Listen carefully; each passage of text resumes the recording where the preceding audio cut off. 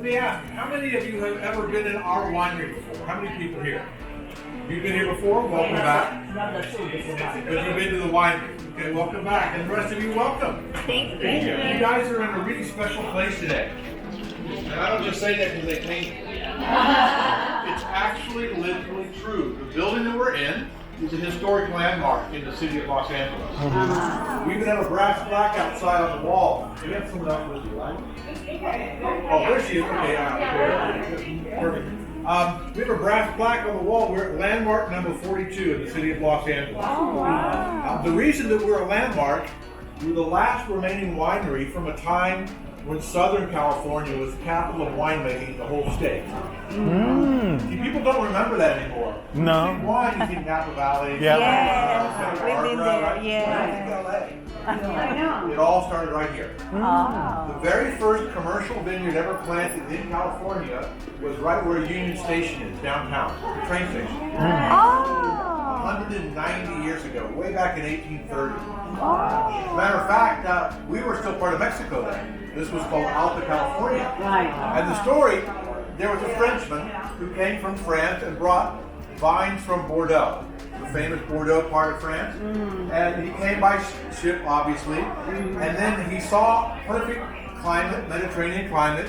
So he planted his vines right where the Union Station is now. And he's considered the father of California wine. His name was Jean-Louis Vignes. There's a street named after him, not far from us, Vignes Street. Oh, okay. That's named for him. Yeah. Now we say Vignes, but if you were French, you would say Vignes. An interesting thing, his name is the French word for vine. So he was in the right business, wasn't he? So, by 1900, there were 90 wineries in LA. 90. Exactly. That's crazy, isn't it? 90 wineries. I'm going to show you here. Here's a picture of the original, very first church ever built in the Los Angeles area. This is Our Lady Queen of Angels, it's called. Same church up here. And down here again, same church. And that church still exists. Hello, how are you? Yeah, that church still exists today. It's about a block from Olvera Street. And it also is a historic landmark. And then real close to that church, about a block away, is the Italian Hall. This picture here, now it's an Italian American museum. But back then it was a social hall where people would gather. And that's important because this neighborhood we're in is Lincoln Heights. Back then, Lincoln Heights was Little Italy. So if you were Italian in Los Angeles in 1900, you lived in Lincoln Heights. And here's a cool picture. This is a group of Italians having a party inside that building way back in 1919. You look closely, each person has their very own bottle of wine. They don't just have a glass, they've got a bottle. Because that's how the Italians roll. So, that brings us to the man who founded our winery is this man. He's an Italian. His name is Santo Cambianica. He came from Italy in 1910 with his brothers. And they settled right here in Lincoln Heights. And these men got work in the rail yard. So at the end of Lamar Street is the rail yard. It's the same train yard now that was back then. So all the goods and products in and out of Los Angeles came through that rail yard. So these guys were laborers. They were loading the boxcars, all day long, manual labor to make money. After about 6 years, Santo saved enough money to buy this little house right on Lamar Street. So this is the beginning of San Antonio Winery. He purchased this house in about 1917, and he wanted to have his American dream of having his own business. So he called his winery San Antonio in honor of his patron saint, St. Anthony. Right? He's Italian, he's Catholic, and he's very devout. So that's why we have the name named after St. Anthony. And here's something really cool. All of us right now, we're standing in the driveway of this photograph. Wow. Wow. And the garage back here, that's where he made wine back in the day. You can see we still have some of the same wood beams holding up the roof in here. So you can see why we're a landmark. We still have some of the original garage from the original house 105 years ago. Well, Santo opened the winery in 1917, And he was making wine to sell to the Italians in the neighborhood. 2 years later, Congress passed Prohibition. Yeah. Talk about bad timing, right? Here's a guy, he puts his life savings into a business, and then the government says, you can't do that business. Yeah. Well, Santo was really smart and very desperate. So he had the idea, he got a meeting with the cardinal for the Archdiocese of Los Angeles, and he negotiated a contract to produce all the communion wine for all the Italian churches on the eve of Prohibition. Right when wine was being outlawed, he figures the church still can serve wine. So with that contract, the government gave him a permit allowing him to make wine. So I told you, when these men came to America, there were 90 wineries in LA. In fact, there were 5 right here on Lamar Street. 5 right here. Well, Prohibition lasted 13 years. And when Prohibition was over, all those other wineries were gone. We're the last one. So a pretty smart move to make wine for the church, huh? Well, so when Prohibition was over, 1934, good news, we could sell wine to the public, right? Bad news, it's 1934, it's the Great Depression. The economy's terrible. People don't have money. In fact, Santo almost lost everything. His brothers were homesick, they moved back to Italy, but poor Santo needed help. So he wrote a letter to his sister back home in Italy and said, send out my nephew, Stefano. That brings this handsome man into our story. This is Stefano Riboli. He's Santo's nephew. He has a different last name, of course, because his mother married. But they're blood relatives. And young Stefano is 15 years old. He only ever went through the 5th grade at school. That was his entire education. And now his mom says, Stefano, your uncle has a job for you. Go west, young man, to the golden state of California. Seek your fame and fortune. And young Stefano traveled from his little village in northern Italy to Los Angeles by himself in 1935. He was 15. He talked about being on the boat when it came into New York and how emotional it was to see the Statue of Liberty. And then the train from New York to LA, 6 days. He said, I couldn't sleep. All I could do was stare at this amazing country. And on day 1, when he got off the train here in Los Angeles, Uncle Santo made him clean the barrel on day 1. And this man worked here until he was 90 years old. Stefano Riboli, a true giant in the wine world. So, after about 10 years, he's helped his uncle kind of regrow the winery. And now it's about 1945. The winery's been around for a little over about 20 some years. And it's grown. You can see they've had a chance to build. They bought more land. And Uncle Santo wants to find a nice Italian girl for his nephew. And that brings Maddalena into our story. This is Maddalena Citrani. She's also an Italian immigrant. She came from Italy when she was 7. Interesting story there. She's had older brothers, and when she was born, the father was on hard times, couldn't get good work, and he migrated to California as a migrant laborer to work in the fields. So the first 7 years of her life, she did not know her father because he was here working and she was there in Italy. At 7, she joined him and the family all came together. So she grew up going to schools in California and working in farms with her parents. So now she's a young woman, about 24 years old. The family's having a barbecue in their farm in Chino. They now have their own land, a little farm in Chino. And these men show up with a bunch of other Italian paisanos to have a barbecue. And Stefano Riboli said the first time he ever saw Maddalena, as beautiful as she is, what impressed him the most, she was driving the tractor. He said, I got out of the car and it took her 20 minutes to drive across the field. And in that 20 minutes, I knew she was the one for me. Wow. On their second date, Stefano asked Maddalena to marry him. Wow. Yeah, but she said no. She said, you know what, you're a nice guy, but I don't know you. I'm not going to marry somebody I don't know. So right away, we learned she's got a good head on her shoulders, right? Well, to his credit, he courted her for a year, and at the end of the year, she said yes. So they did it the right way. They did it the old-fashioned way. They got to know each other first. Once they got married, it was a match made in heaven. Maddalena right away starts working with the men and helping in the business. She took over all the bookkeeping and the accounting. Remember, I told you Papa Steve had a 5th grade education. He didn't even speak English when he came to America. Same with Uncle Santo. But Maddalena went to school here. What else? Oh, she saw a chance to make extra money Every day, you have all these laborers in the rail yard that are hungry at lunchtime. So she got up early to make sandwiches, to sell them over the counter in the little wine shop. This is the old original wine shop right here. So now this Italian winery becomes famous for having a great Italian deli. That was Maddalena's idea. Eventually, after many years, Maddalena looked at her husband and said, Stefano, I'm selling more sandwiches than you are wine. I want a restaurant. And they gave her Maddalena's restaurant. So if you haven't dined here, I think maybe you were in there. She was the chef of that restaurant for the next 40 years. So when you're eating here, that's her family recipe. I call it Italian comfort food. As a matter of fact, in that room used to be the old crushing room. That's where we used to make the wine. That's why you see all the old tanks and barrels in there. So this winery is cool. It's kind of like a museum. We have all the old original stuff and the new stuff that we make wine with. See, another idea Maddalena had, she said to the men, you know what, we should open a bottle and let people sample it. If they taste the wine, they're going to buy more, right? It makes sense, right? We're on record the first winery in California to have a tasting room. That was Maddalena's idea. Yeah, I like to say, leave it to a woman to come up with an idea so obvious a man would never think of it. Sounds like a joke, but it's the truth.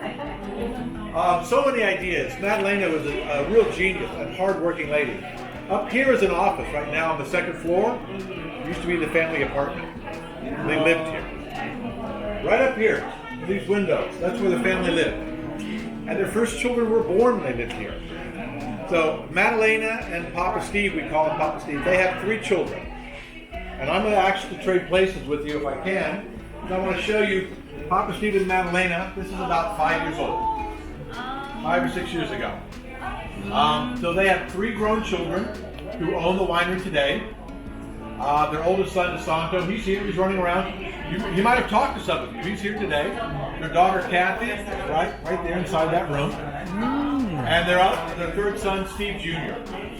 And the grandchildren also work here. The owners are here every day, 7 days a week. They still work every day. Do they live in California? They live in like South Pasadena area, Pasadena. Well, there's a lot of them, but most of them I know live in South Pasadena. They always donate wine for our Christmas fundraiser in Cathedral Chapel in Indiana. They're very generous that way. We still are to this day one of the largest producers of communion wine in America. So here's another chapter in our story. In the first 50 years, we did not own any vineyards. We bought our grapes from other people. That's another thing Maddalena said to the family. To control our destiny, we need to own our own land. So starting about 35 years ago, we started buying vineyards. Now we have 13 different vineyards, almost 2,000 acres in Paso Robles, just north of about 3 hours north, Monterey, California, and Napa Valley. Okay. Yeah, so we have great vineyards in all the major wine regions of California. And that's important because it means we can grow a lot of different kinds of grapes. All the different grapes you make wine with, they like a different climate, different soil, different temperature. That's why you want to have different areas. And that's why we make so many different kinds of wine. We actually produce 20 different labels of wine. And we have a wine for every taste, every price and every taste, whether you like sweet wine or dry wine. Anyone here ever have a wine called Stella Rosa? Yes. Do you know that's our wine? Yes, my favorite. Papa Steve created Stella Rosa. We came up with the idea for it about 20 years ago. So we created Stella Rosa. We make it in Italy and bring it over. But we have a whole bunch of other wines as well. And here's the last little thing to say. We just built a brand new winery in Paso Robles. So we make wine here. We have a new facility in Paso. And Paso Robles is the largest wine region in California. There are over 300 wineries in the area. And we just built the largest whole facility in the whole Paso Robles. It is state-of-the-art.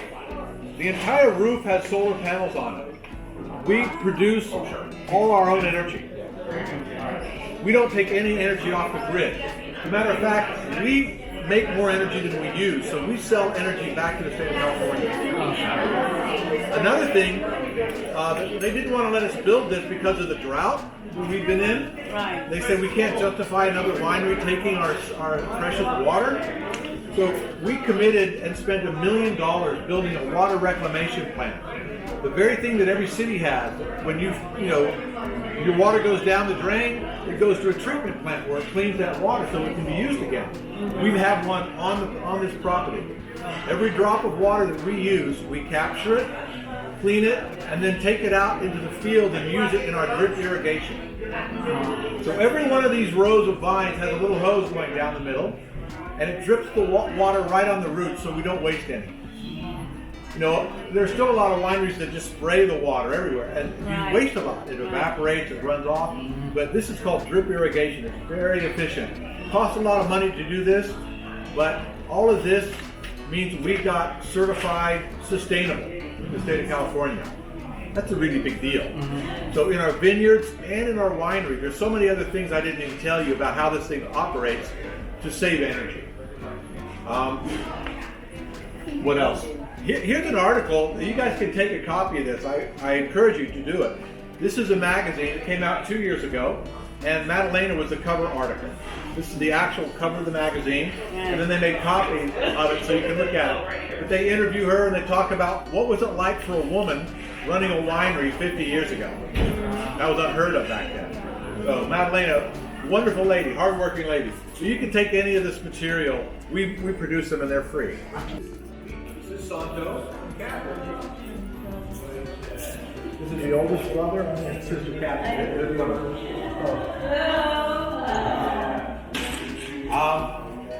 So you can see it really is a working winery. The owners are here working every day. All right, so this room is called the vintage room. It's one of our private dining rooms. It's available to rent. If you have an event, a function, a private function or a business, you can rent this room. We also do our own parties and events here. So if you guys don't follow us on social media, please do. Check out our Facebook and our Instagram. Go onto our website and leave your email. We'll let you know when we're doing special events. We just had a big party here yesterday with the Stella Rosa Social. We had food, all the cellars you could drink, live music, 160 people here. It was a big party, plenty of food. So check those out because they always sell out, okay? One thing I want to point out in this room, these are the original aging barrels. These are the old-fashioned Italian style. We don't really use them anymore, but these were built in the 1880s and shipped to America. So a lot of wine was aged in those barrels over many, many years. They don't even make stuff like this anymore. I mean, look at that. Isn't that crazy? So here we've got another room to go.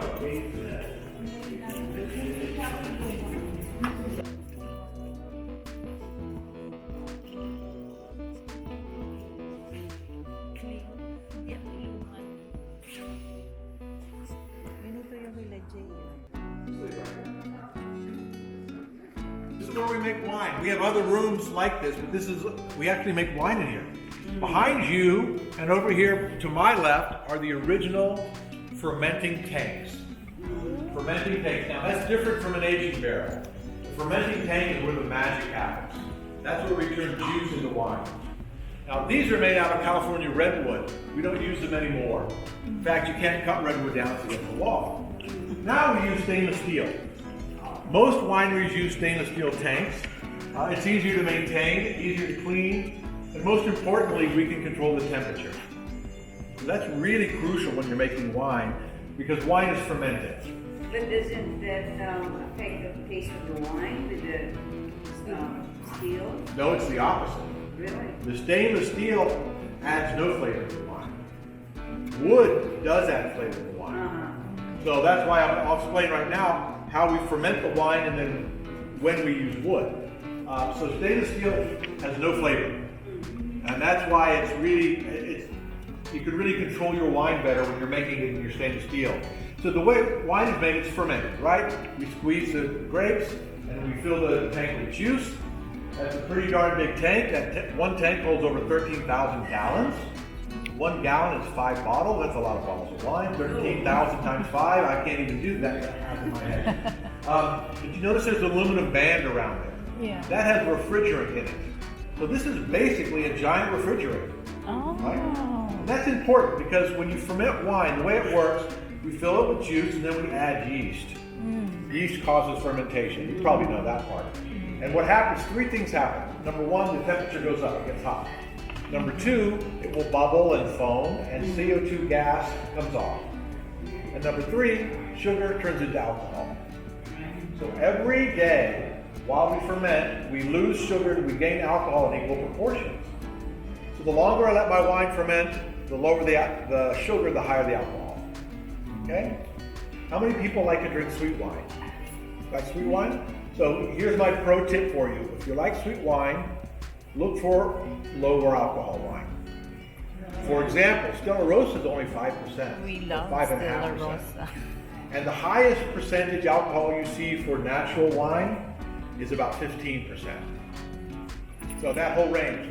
Really sweet, like Stella Rosa, is 5%. Really dry, we call it dry when there's no sugar in it, is going to be about 14-15%. Semi-sweets right there around 10 or 11%. That can be great wine, still a little bit sweet but not sugary, and very fruity. So, I mentioned that the first thing that happens in fermentation is it gets hot. That's a problem. Because the hotter it gets, the faster it ferments. The yeast gets all excited, it eats the sugar real fast, and if you ferment your wine too quickly, you get alcohol with no flavor. So that wouldn't be good because the flavor burns off with the gas. So for white wine, we take it down to 55 degrees, nice and cold, and it slows down the yeast. It takes longer to ferment, but we retain those delicate fruit flavors. Red wine is different. Red wine, we're going to ferment that at 85 degrees. That's a lot hotter.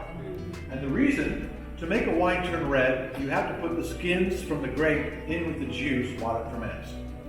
See, most people don't know, with a red grape, when you squeeze it, the juice is clear. Well, if the juice is clear, how do you get red wine? Right. The color comes from the skins. So we're going to fill that with juice, dump all the red skins in there, and they'll float up to the top. And in a tank like this, there's going to be 2 or 3 feet of skins floating way up there at the top. And we call that the cap, just like the cap on your head. So we got to kind of stir it around over the time. And literally, that higher temperature, 85 degrees, what's happening is those skin is breaking down. And microscopic particles are suspended in the juice, turning the wine red. And also adding other flavor and body. That's a big, big reason why red wine is heavier than white wine.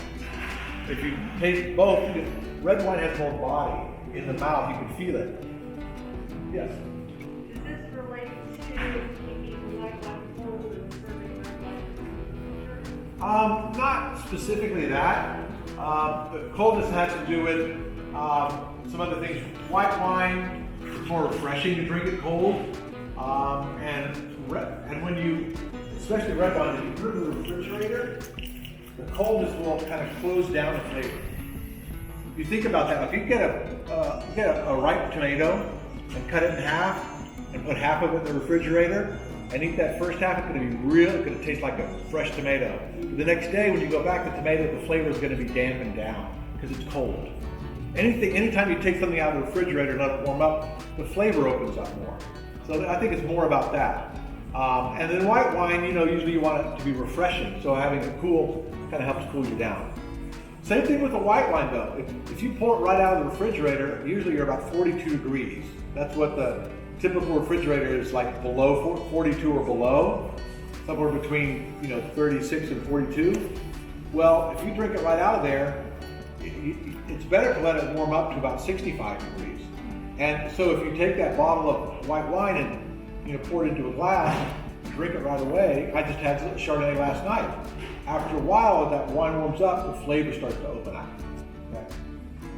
So going back to the red wine, higher temperature, the skin's breaking down heavier. And a way you can test that, if you've ever seen a really old bottle of red wine, sometimes you'll see sediment in the bottom of the bottle. Have you ever seen that before? Yeah. Okay, so what happens after many, many years, the little particles in that wine will recombine and they get too heavy and they fall out. And that's the powder you see at the bottom of your bottle. Now if you see that, it's not a problem. It's still okay, it's just an old wine. I had someone in here today ask me about that. and what do you do? And he said that his mother-in-law, when they had a nice bottle of old wine that someone gave him, and his mother-in-law saw that and she threw it out. He said, nope, you don't need to do that. It's still okay. So what's happened is that falls out, and you'll see the color will change. It goes from deep purpley red to more of a brick red, and then over time it might even get kind of brownish. And it doesn't mean it's bad. If you want to drink that wine, what you're going to do is decant it. So let it sit upright, let it settle, and then gently pour it into a pitcher of some kind. But they have wonderful decanters that they make for wine, and leave the powder in the bottle. Now the flavor will change. The wine evolves. Wine is a living thing inside that bottle. It's alive, and it continues to change and evolve chemically over time.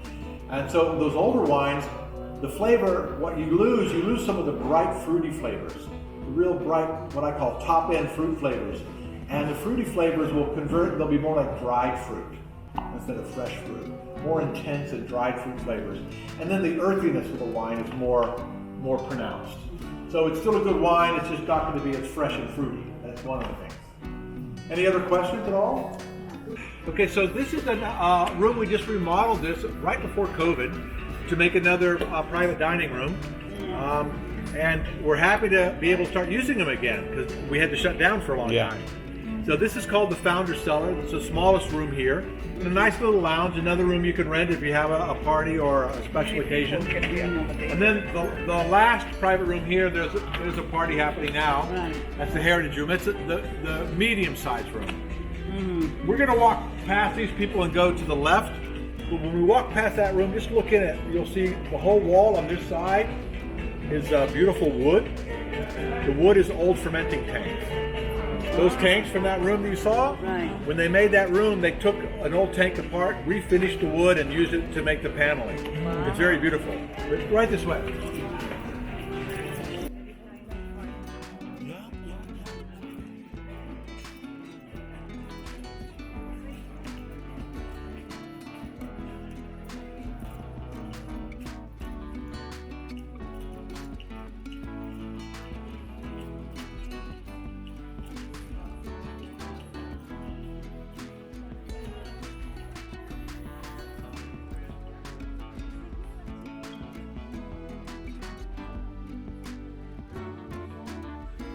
So this is our bottling line. This is where we bottle all of our wine. It doesn't operate on the weekend. We give our crew the weekend off. But it's fun to watch. I'll let you see what it looks like here. I made a little video since you can't see it working right now. But it makes a lot of noise. The guys that work here have to wear earplugs all day long. Oh, I bet. Yeah, so you can see Production line. out. Yeah, exactly. Production line. So around the corner, you'll see the rest of it when we walk over there. There's a guy who puts the empty bottles on the conveyor belt, and it goes into this room. The first room, there's a machine that puts the wine in. There's another machine inside there that puts the cork or the cap, whatever. And we use 3 different types of cork. We use a natural cork, we use a synthetic cork, and we also use a twist off. And then it comes around here, it gets a foil on top if it needs it. And this is where the label goes on right here. So come on. So, yeah, you can see, and then down below is where the empty boxes are, and then the bottles go down here. Then that sorter there separates them into 3 rows, and then they separate them out, and then the trap door opens and the bottles fall in the box down below. And then the boxes get sealed, and they stack them up on those pallets. Those pallets over there are pallets of wine. When we are fully operational, we can bottle 97 bottles a minute. A minute. 97 bottles. We have a lot of wine to make. Usually 1, 2, 3, 4 to 6. Oh, wow. Not very many. Because basically they're just watching to make sure everything's working. You know, like the label over here. If you don't pay attention and the spool runs out, you're going to have bottles with no labels on them.